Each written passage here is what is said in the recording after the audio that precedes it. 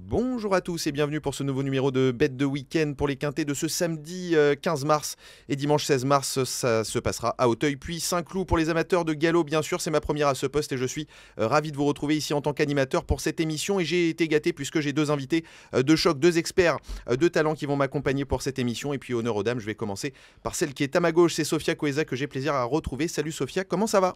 Ça va extra et toi Jordan? Écoute, je suis ravie aussi de faire ta première avec Pas toi. trop mal. Bah oui, moi aussi je suis ravi d'être avec toi et aussi avec celui que l'on surnomme la brousse dans les couloirs d'Equidia, un certain Hugo Brousset. Salut Hugo, comment Salut tu vas? Jordan, salut à tous. Super, écoute, la forme, toujours au rendez-vous et ravi de pouvoir analyser ces deux quintés.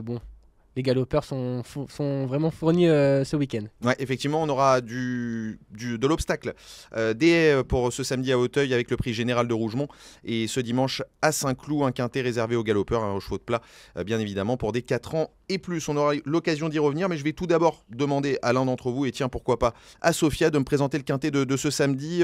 Comment ça se passe? Quelles sont les conditions de course? Et peut-être tu peux déjà commencer à nous parler de ton favori, pourquoi pas à l'évoquer en tout cas. Donc une course qui sera réservée aux hurdlers de 4 ans, qui est une listed qui se disputera sur les 3600 mètres. Ils seront 16 au départ. Puis on a quelques bases intéressantes, on va en parler tout à l'heure. Ah, tu nous gardes le suspense à ce que je vois, si j'ai bien compris, il faut attendre avant d'avoir les préférés de Sophia. Hugo, un petit mot sur ce quintet également. Est-ce qu'il y a 2-3 chevaux, en tout cas un cheval même qui peut se détacher, un premier point d'appui? Je vais vous lancer ensuite sur quelques candidatures qui me plaisent moi particulièrement et qui vont faire partie des favoris, mais dis-moi si tu as peut-être une idée qui sort du... C'est l'heure pour moi de lancer les hostilités. Ouais. Je vois un partant qui pour moi ne peut pas être battu samedi, c'est le numéro 6, c'est Grey Fighter. Ça me plaît. Je vois, je te fais plaisir, j'ai vu ton sourire. Ouais. Et pour moi, même s'il fait sa rentrée, sa dernière ligne elle est très bonne à Bordeaux.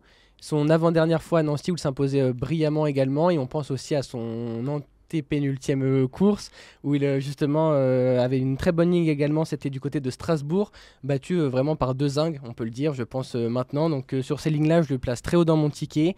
C'est vraiment un candidat sérieux et j'y compte beaucoup ce samedi avec ce Grey Fighter, le numéro 6. Les deux zingues en question, il y a Moody Risk qui a gagné depuis le Virland à Auteuil et Lucky Dobrel qui a gagné 2 courses à peau. Alors Sophia, maintenant est-ce qu'on va pouvoir te tirer les verres du nez? C'est quoi tes préférés, en tout cas au moins ton préféré dans ce quintet là? Ce sera le numéro 3, Lorenzo Duchesne, qui vient de bien faire pour sa première apparition et dans les handicaps et sur l'hippodrome d'Auteuil, 3e de la course référence.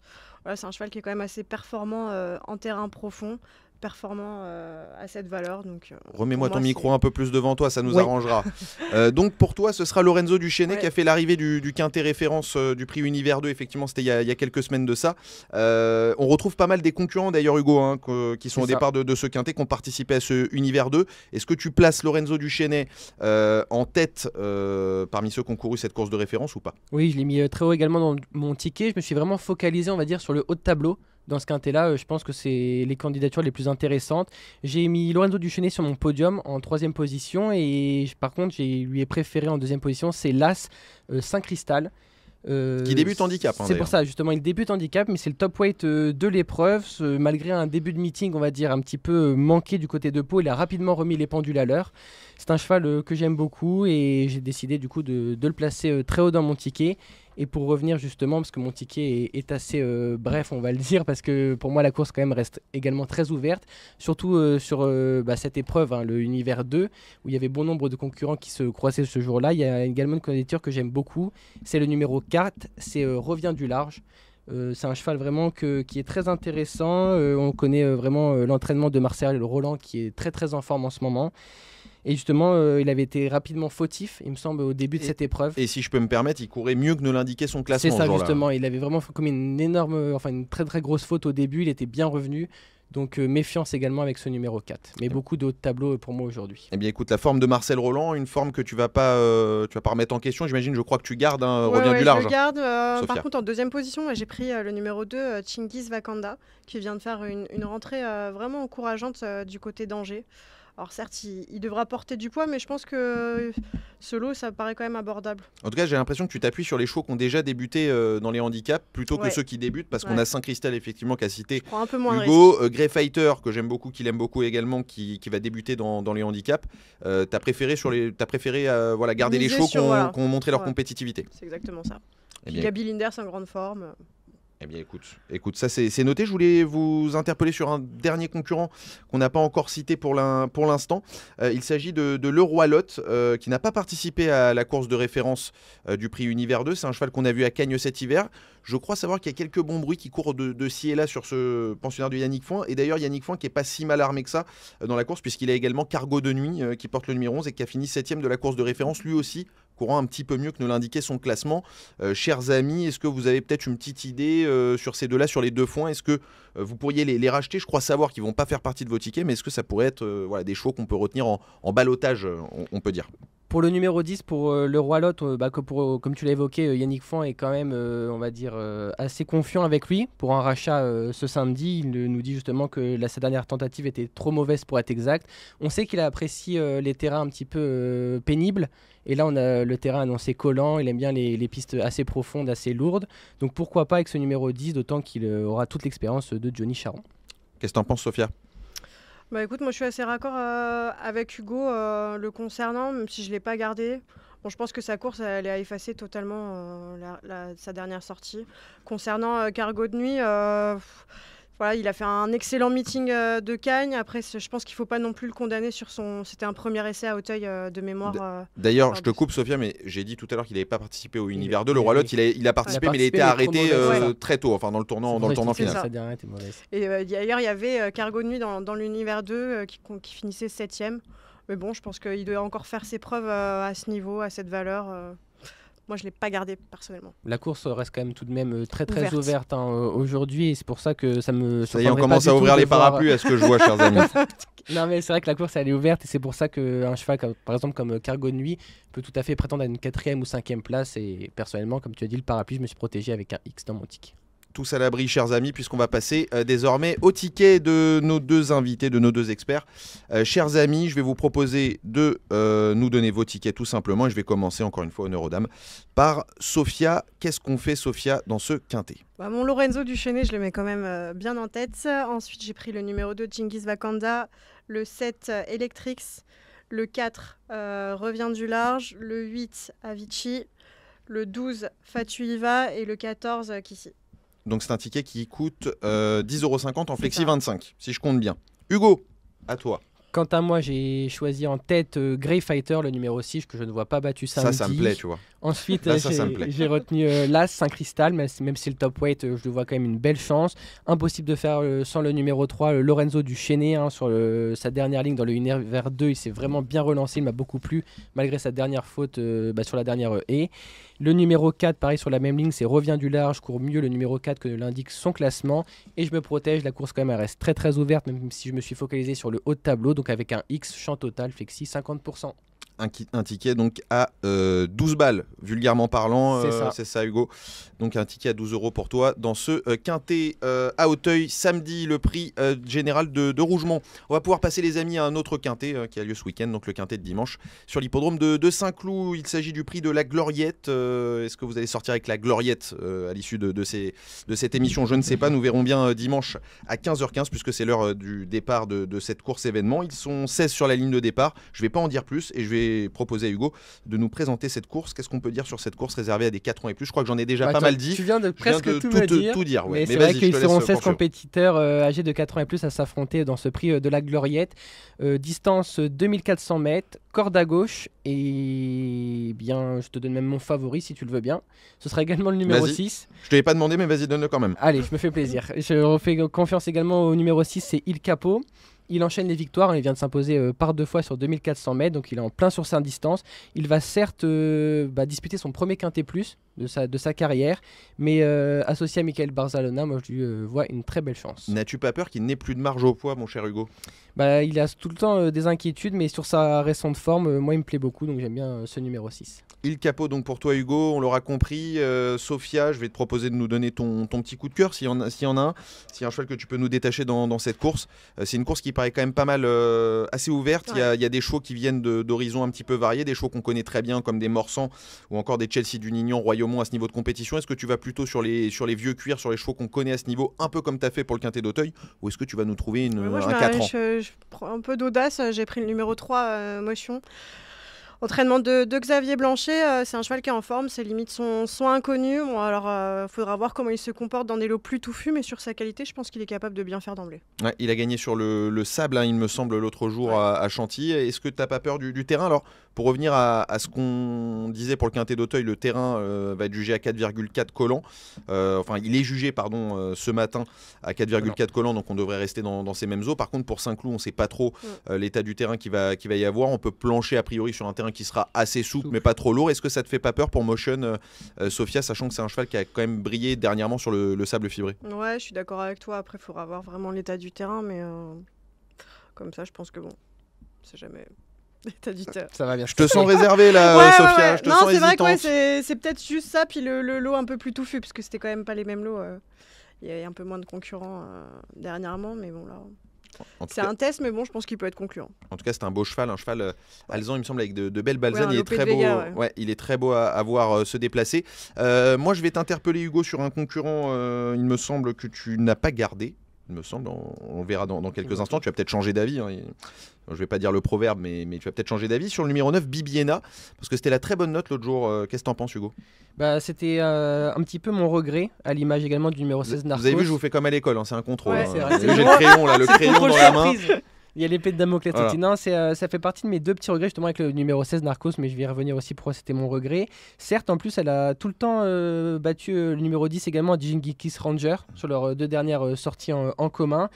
Alors, on parlait du terrain, c'est juste une histoire d'adaptation pour elle sur cette piste souple, enfin potentiellement souple. C'est vraiment ce qui m'a freiné aujourd'hui pour la prendre dans mon ticket. Donc, question de terrain pour toi concernant Bibiena. Est-ce que tu l'aimes bien cette Bibiena, Sophia? Moi, je l'ai pas. C'est le numéro 9. Ouais, je l'ai pas conservé non plus. J'avais un peu peur aussi par rapport au terrain. Changement de surface, numéro 13 dans les stalles, mais bon, après sur 2004, ça devrait aller. Elle est en forme, mais bon, c'est vrai qu'il faut faire des choix. Je l'ai pas conservé. Les amis, que dire de Royaumont? Parce que Royaumont, c'est quand même le... Moi, j'ai entendu un certain Guillaume Covès dans les couloirs là, de la rédaction d'Equidia, m'a dit, j'ai déjà le gagnant du Quintet de dimanche. Il m'a dit, Royaumont, je vois pas comment il peut être battu. Je crois savoir, chers amis, Sophia, qu'est-ce qui s'est passé? Pourquoi tu ne nous l'as pas gardé là? Parce que Saint-Cloud. Ah, Saint-Cloud, c'est une explication qui se tient. Ouais. Saint-Cloud, corde à gauche, je trouve qu'il est moins percutant. Ouais, c'est possible. Mais voilà, après, puis la distance aussi. La distance, donc les 2004, peut-être un peu le bout du monde. Ouais, je pense. Là, je te rejoins, c'est la seule ombre au tableau pour moi pour Royaumont dimanche, c'est vraiment cette histoire de distance parce que la surface me fait vraiment pas beaucoup peur, on va dire. C'est un cheval vraiment qui est polyvalent pour moi, il s'adapte vraiment à toutes les surfaces. Certes, ça reste quand même un petit coup de poker. Cette histoire de distance, c'est vrai, mais je fais confiance à Christiane Desmureaux pour lui concocter vraiment un parcours sur mesure et c'est un cheval que j'apprécie beaucoup, donc moi je fais avec Royaumont. Eh bien écoute, ça me va, moi j'aime bien personnellement Royaumont. Alors je sais que je suis pas à votre place, c'est pas moi l'expert, mais moi personnellement il y a un cheval qui me pose question. Je sais pas, vraiment là je vous tends la perche parce que je sais vraiment pas quoi en faire. C'est le numéro 8, Orlena. C'est pas un cheval, en l'occurrence c'est une pouliche qui était entraînée par Victoriette, qui a gagné il y a 2 coups de ça sur l'hippodrome de Fontainebleau si je ne m'abuse dans un réclamé, qui a été réclamé par Cédric Boutin. On sait que Cédric Boutin quand il réclame un cheval il ne se trompe que rarement. Et petit paramètre qui est amusant, c'est que Christophe Soumillon monte pour son ancien formateur, Cédric Boutin, qui l'a formé il y a fort longtemps de cela. 16 dans les boîtes, ça peut poser question. Maintenant, on tente le coup handicap. Est-ce que ça peut être un cheval, pourquoi pas, qui est amené à créer la surprise? Une pouliche, je vais y arriver, qui peut créer la surprise. Sophia? Moi, je l'ai conservé. Je pense qu'en plus, pour un premier quintet, elle est prise à une valeur quand même relativement correcte. Donc c'est le numéro 8, je ne l'ai pas dit, c'est le numéro 8. Après, bon, ce serait peut-être le terrain aussi pour elle. Elle a gagné dans le souple, dans le très souple. Après, bon, si c'est un peu collant, on va voir. Je ne l'ai jamais vu en collant, mais bon, moi, j'aime bien. J'aime bien. Puis Christophe Soumillon.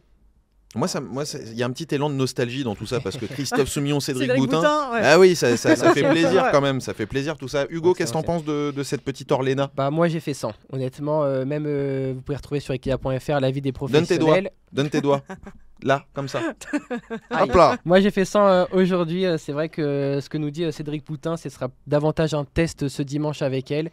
C'est peut-être ce qui m'a freiné également, son adaptation également au terrain. Il y a plusieurs ombres au tableau pour moi avec ce numéro 8, même si c'est vrai que la nostalgie nous amènerait à l'intégrer dans notre combinaison. Moi, j'ai fait ça aujourd'hui. Et puis un dernier petit truc, une petite candidature qui me pose question, moi personnellement, c'est pour ça que je me tourne vers vous, chers amis.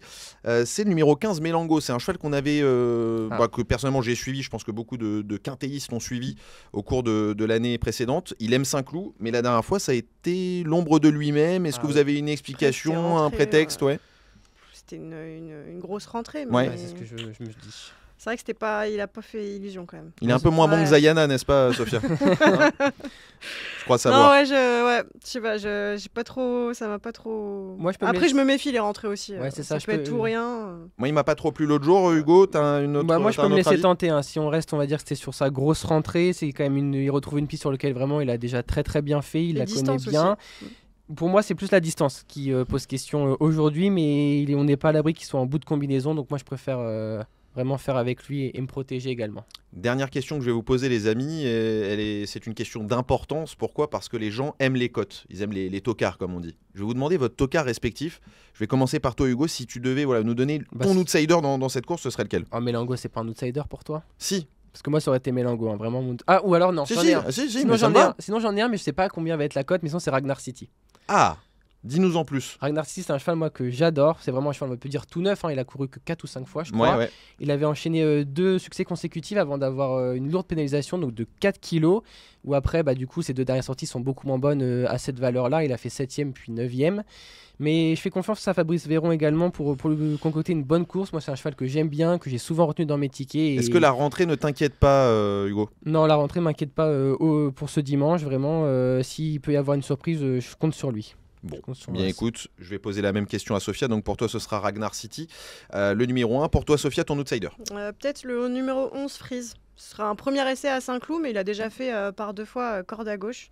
En plus, son entourage a fait de nouveau appel à Maxime Guyon sur son dos. Je pense que ça peut faire une petite surprise. Il n'y a pas trop de marge non plus, mais bon, voilà. Retour Maxime Guyon, je suis tu quand sonnes même l'alerte, tentée. attention. Ouais. Eh bien écoutez les amis, je crois qu'il va être temps de passer au ticket, un moment que vous attendez tous bien sûr. Et je vais laisser Sophia commencer. Sophia, qu'est-ce que tu nous proposes pour ce quintet dominical au Val d'Or?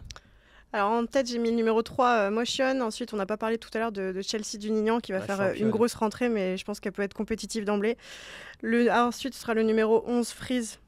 Le 13, Skimble Shanks. Je suis nulle en anglais. Skimble Shanks. Ouais, Shanks. Et Turania. J'aurais dû le dire d'ailleurs en Alors redis-nous ça en chiffres s'il te plaît, Sophia. Alors 3, 8, 4, 11, 13, 14. 3, 8, 4, 11, 13, 14, donc un ticket qui coûte 12 € si je ne m'abuse, à taux plein. Mon cher Hugo, qu'est-ce que tu réponds à Sophia? Je vais faire également un combiné en 6 chevaux du classique. Je mets en tête le numéro 6, Il Capo, sur sa forme, ses 2 récentes victoires. Ensuite, le numéro 4, Chelsea Dunignan, c'est un petit peu ma championne dans les quintets. Elle est en plein dans son sport, 3 sur 4 dans les quintets plus. Elle apprécie le souple, attention à elle. Le numéro 14, Turania, on n'en a pas trop parlé, mais elle a beaucoup de tenue. L'entraînement est en forme. À chaque fois, je me c'est pas grave, mais moi aussi. Ça arrive à tout le monde, c'est vrai. Il est en pleine forme également, son entraînement. Donc le numéro 14 en 3e position. Ensuite le numéro 5 Royaumont, on en a parlé. Le numéro 15 Mélango. Et pour un peu de surprise, l'As Ragnar City. Et donc un ticket à 12 € également.